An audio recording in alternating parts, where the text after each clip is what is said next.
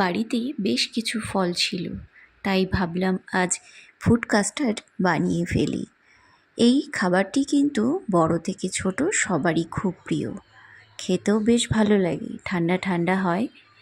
তাই এই রেসিপিটি আমি আজ বানিয়েছি। দেখুন কত সুন্দর লাগে, কালারফুল কত সুন্দর। তাহলে চলুন আমি এটি কিভাবে বানিয়েছি দেখে নিন। এখানে আমি 500 গ্রামের মতন দুধ নিয়ে নিয়েছি। এটিকে ভালো করে আমি গরম করে কিছুক্ষণ ফুটিয়ে নেব। এভাবে দুধ ফুটে এলে এর মধ্যে আমি 100 গ্রামের মতন চিনি দিয়ে দিচ্ছি। আপনারা চাইলে এর মধ্যে চিনির বদলে মধু ব্যবহার করতে পারেন।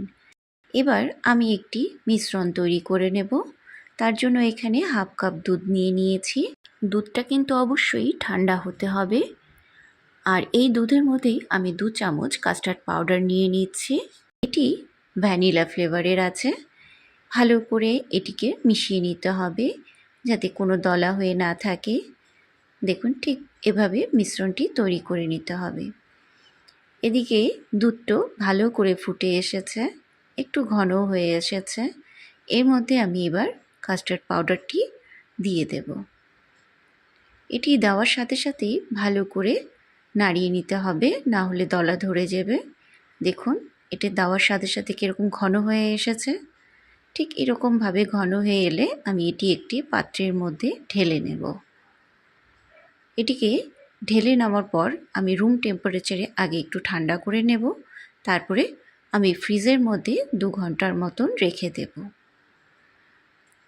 আমি 2 ঘন্টা পরে ফ্রিজ থেকে বের করে এনেছি। দেখুন কত সুন্দর ঘনত্ব হয়েছে। এবার এর মধ্যে আমি বেশ কিছু ফল ছোট ছোট করে টুকরো করে নিয়েছি, সেগুলোকে দিয়ে দেব। এখানে আমি প্রথমেই আপেলের কিছু ছোট টুকরো দিয়ে দিলাম।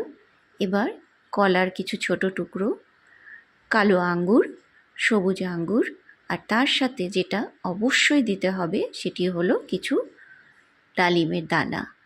দেখুন কি সুন্দর কালারফুল লাগছে। ভালো করে এটিকে মিলিয়ে নিতে হবে। ঠিক খুব সহজেই কিন্তু এটা তৈরি করা যায়। এবার আমি একটি ছোট্ট বোলের মধ্যে এটাকে সার্ভ করে দেখাচ্ছি। দেখুন